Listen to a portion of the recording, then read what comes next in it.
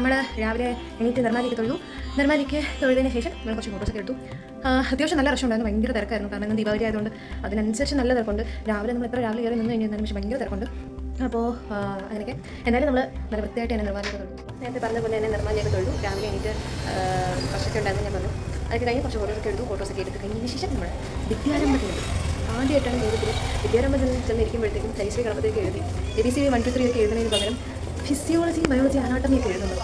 എന്തായാലും നല്ലൊരു എക്സ്പീരിയൻസ് ആയിരുന്നു. എൻ്റെ കസിൻസ് എല്ലാവരും വിദ്യാരംഭമൊക്കെ കുറിച്ചു. സരസ്വതി മണ്ഡപത്തിൽ ഇരുന്നിട്ട് അങ്ങനെ ഒരു ഭാഗ്യം കിട്ടി. എന്തായാലും ഇതെല്ലാം കഴിഞ്ഞ് നമ്മൾ വന്ന് ഫുഡൊക്കെ കഴിച്ചു. ഫുഡിന് ശേഷം നമ്മൾ റൂമിൽ വന്ന് പെട്ടെന്ന് ഒന്ന് ഫ്രഷായി ഡ്രസ്സ് മാറി ഇനി നമ്മൾ നേരിട്ട് പോകുന്നത് കുടജത്രി പോലെ സ്ഥലത്തേക്കാണ്. അപ്പോൾ അതിനായിട്ടുള്ള ഒരുക്കങ്ങളും കാര്യങ്ങളൊക്കെയാണ്. ഇപ്പം 2-3 പേര് ഫ്രഷായിക്കൊണ്ടിരിക്കുക. ഞാൻ ഫ്രഷായി കഴിഞ്ഞു. നേരെ ചെന്ന് കുടജത്രിക്ക് ബാക്കി വിശേഷം കാണിച്ചു.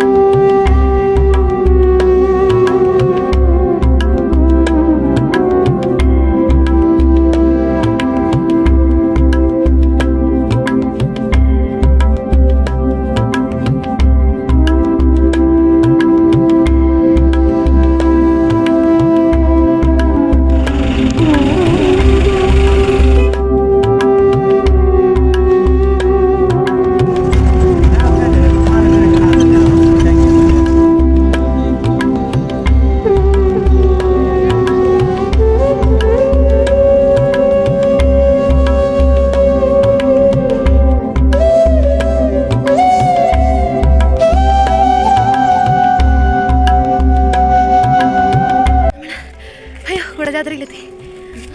നമ്മളിപ്പം മേളിലെ മൂലസ്ഥലത്ത് പോയിക്കൊണ്ടിരിക്കുക. അയ്യോ വയ്യ. ജീപ്പിൽ ഒരു 1.5 യാത്രയായിരുന്നു. വന്നിറങ്ങി താഴെയുള്ള ദർശനമൊക്കെ ഫുള്ള് മേളിൽ വന്ന് പോയിട്ട് താഴെ ദർശനം നടത്താമെന്ന് വെച്ചു. ഇപ്പോൾ നമ്മളെന്തായാലും മൂലസ്ഥാനത്തേക്ക് പോയിക്കൊണ്ടിരിക്കുക. അയ്യോ എൻ്റെ പിന്നെ ഇതൊരു 1.5 ട്രക്കിങ്ങായിപ്പോയി. ഞാൻ നേരത്തെ ഇവിടെ വന്നിട്ടുണ്ടെങ്കിലും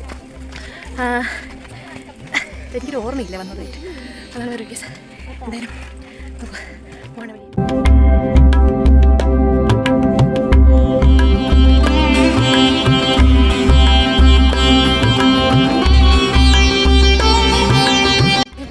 കയറി ഒരു വ്യൂ പോയിന്റിലാണ് വന്നിരിക്കുന്നത്. ഇനിയും ഉണ്ട് മേളിലോട്ട് കയറാൻ. ഇത്രയും മേളിലോട്ട് കയറാനുണ്ട്. അപ്പോൾ ബാക്കി യാത്ര തുടരാം.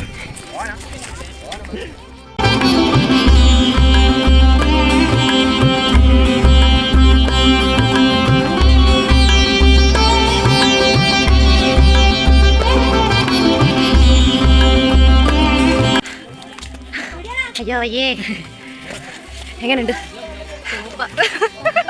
ദീപ് എങ്ങനെ ഉണ്ടായിരുന്നു?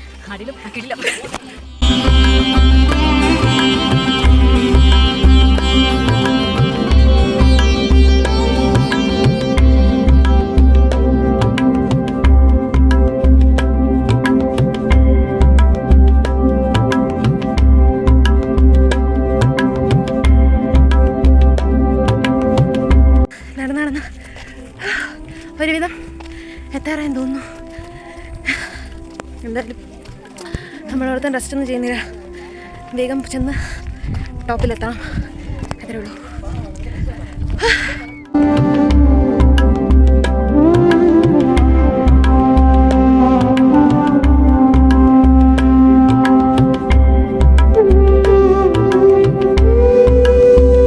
അങ്ങനെ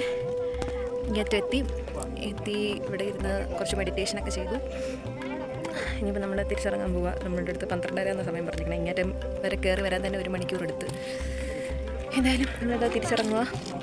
ഇനി താഴെയുള്ള അമ്പലങ്ങളൊക്കെ നമുക്ക് തൊഴാൻ ചെന്നിട്ട്.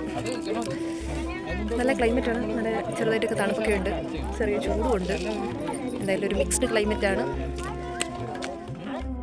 പക്ഷെ നമ്മൾ മല ഇറങ്ങുവാണ്. എന്തായാലും നല്ലൊരു എക്സ്പീരിയൻസ് ആയിരുന്നു അല്ലേടാ? എങ്ങനെ ഉണ്ടായിരുന്നു? കാല് കഴുകി പോകും. സത്യം, കാല് ഭയങ്കര ഇതിനേക്കും നമുക്ക് ഒരു പ്രശ്നമുള്ളതെന്ന് വെച്ച് കഴിഞ്ഞാൽ ഇതിന് നമുക്ക് താഴെ വരെ ജീപ്പുള്ളൂ, ബാക്കി ഇവിടെ ഇത്രയും അങ്ങേറ്റം വരെ ട്രക്ക് ചെയ്ത് വേണം കയറാനായിട്ട്. അപ്പോൾ ഈ ട്രക്ക് ചെയ്ത് കയറുമ്പോഴത്തേക്കും താഴെ ജീപ്പ് നിർത്തിയിട്ട് ഓരോ മണിക്കൂറിനും ചാർജ് 200 രൂപയാണ്. അപ്പോൾ അവരൊരു സമയം പറയും, ആ ഒരു സമയത്തിനുള്ളിൽ എത്തിയില്ല എന്ന് വെച്ച് കഴിഞ്ഞ് കഴിഞ്ഞാൽ അടുത്ത ഓരോ മണിക്കൂറിനും 200 രൂപ നമ്മൾ എക്സ്ട്രാ കൊടുക്കണം. ആ ഒരു പ്രശ്നം മാത്രമേ ഉള്ളൂ, ബാക്കി കുഴപ്പമൊന്നുമില്ല. നമുക്ക് പയ്യെ കയറിയും തൊഴുതും ധ്യാനിച്ചും ഒക്കെ തിരിച്ച് ഇറങ്ങി വരാവുന്നതാണ്, വേറെ പ്രശ്നമൊന്നുമില്ല. അങ്ങനെ അപ്പോൾ ഞങ്ങളുടെ അടുത്ത് പറഞ്ഞിരിക്കുന്ന സമയം 12:30 എന്നാണ്. ഇപ്പം മണി 12:17 എന്തായാലും 12:30 അവിടെ എത്തത്തില്ല. താഴെയും കൂടെ തൊഴാനുണ്ട്, 3-4 അമ്പലങ്ങൾ താഴെയും കൂടി ഉണ്ട്. അപ്പോൾ നമ്മൾ എന്തായാലും 200 രൂപ കൊടുക്കേണ്ടി വരും ഗൈസ്, അതൊരു ഗൈസ്.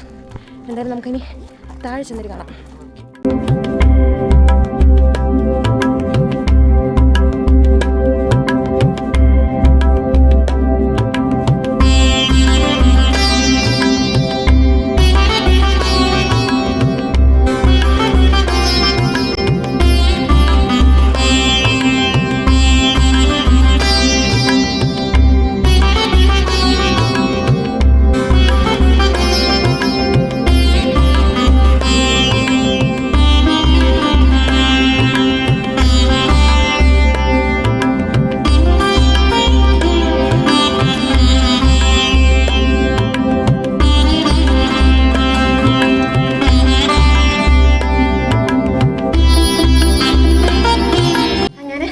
ട്രക്കിംഗ് എല്ലാം കഴിഞ്ഞു, മൂലസ്ഥാനമൊക്കെ തൊഴുതു തിരിച്ച് റൂമിലേക്ക് വന്നിക്കുക.